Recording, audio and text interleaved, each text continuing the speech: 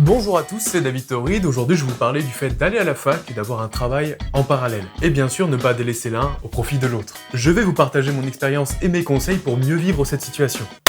Intro. Et du coup, qu'est-ce qui vous motive pour travailler chez nous? Oh, moi, j'adore survivre. Et McDonald's.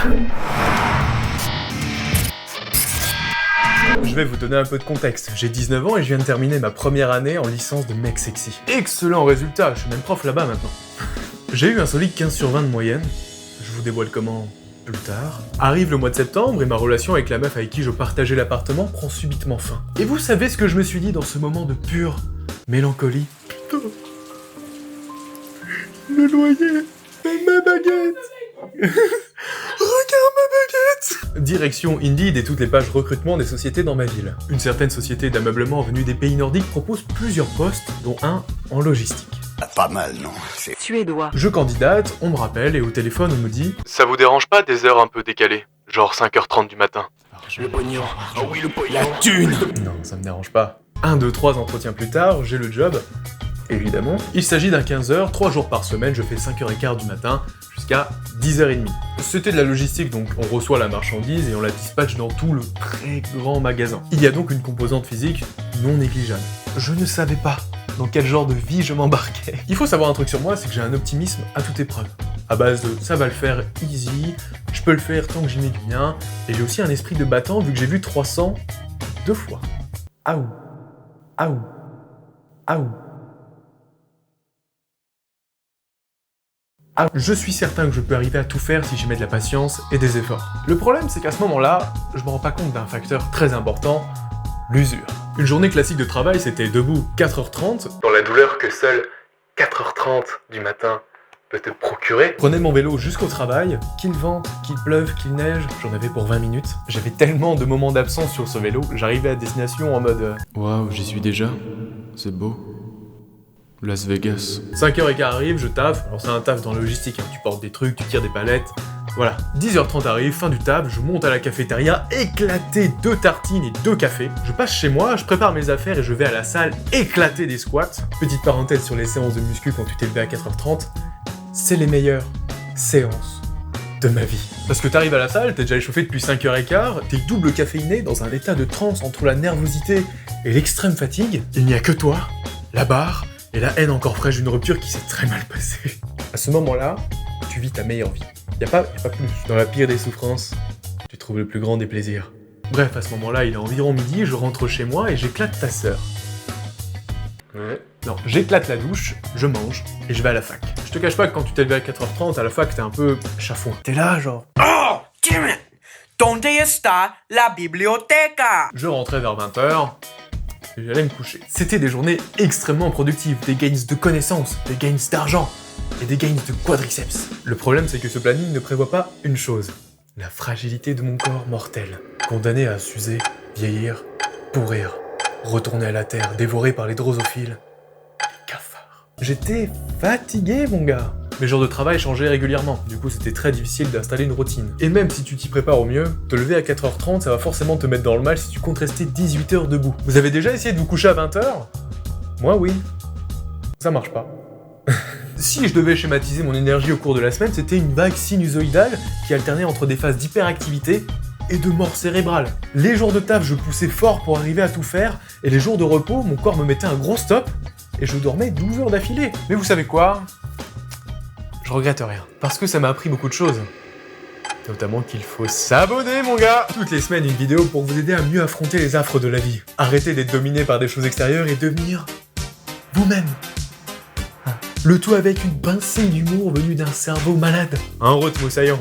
Je disais donc, ça m'a appris la vie en entreprise, le monde du travail, et ça a développé ma combativité. Ah, parce que quand ton réveil sonne à 4h30 pour aller tirer des palettes, que tu insistes pour souiller le rythme naturel de ton corps, il faut de la volonté. Avec ce rythme, fatalement, j'ai loupé des cours. Soit parce que je voulais juste dormir, soit parce que j'étais épuisé physiquement ou mentalement. Et à la fac, personne n'est derrière toi pour te dire quand travailler, ou il y a personne pour t'aider particulièrement. Tu es responsable de tes résultats. Mon expérience a certaines spécificités que les autres n'ont pas, mais les difficultés que j'ai rencontrées restent fondamentalement les mêmes si vous avez un autre taf. La fatigue, la gestion du temps, l'investissement en temps et en énergie dans deux choses bien différentes, le fait de jongler avec différents aspects de sa vie sans qu'aucun n'en souffre, c'est un art. Il y a des choses dont je vais vous parler tout de suite qui m'ont beaucoup aidé, et en rétrospective, d'autres choses que j'aurais pu appliquer pour me faciliter la vie. Au début de la vidéo, j'ai dit que j'avais 15 de moyenne en première année. C'était pas une blague. Et ma deuxième année avec le taf, j'ai quand même réussi à avoir 14,5. Je ne me considère pas plus intelligent qu'un autre, et je n'ai pas particulièrement de facilité à retenir les choses. Quand le temps et l'énergie deviennent des ressources très rares, il faut trouver un moyen de les optimiser. Sinon on se noie dans un océan de caca. Un truc que je regrette profondément avec l'éducation nationale, c'est qu'on nous apprend jamais à apprendre. Et ça génère énormément de détresse et de frustration pour beaucoup de personnes. Alors que c'est tellement cool d'apprendre avec Aventure au cœur de la mémoire de Joshua Foer. Alors bien sûr, je vais pas vous résumer l'entièreté du livre, mais grossièrement, c'est un journaliste qui se lance au défi d'aller au championnat de mémoire national.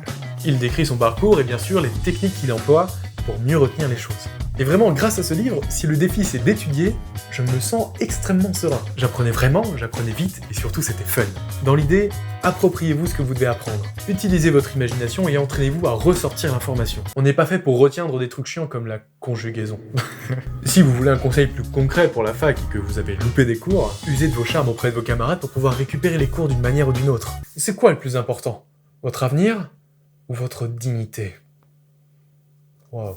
Sombre. Dans un autre registre, profitez du mouvement que vous générez dès le matin. Si vous commencez à bosser, que ce soit à la fac ou le travail, essayez de garder le mouvement. Dans ma journée de boulot, le plus difficile, c'était de se lever. Une fois que j'étais levé, la journée suivait son cours parce qu'une action en amenait une autre, etc. On n'est pas tous égaux face à ça, certains vont pouvoir prendre des pauses d'1 heure ou 2 et pouvoir repartir comme ça directement.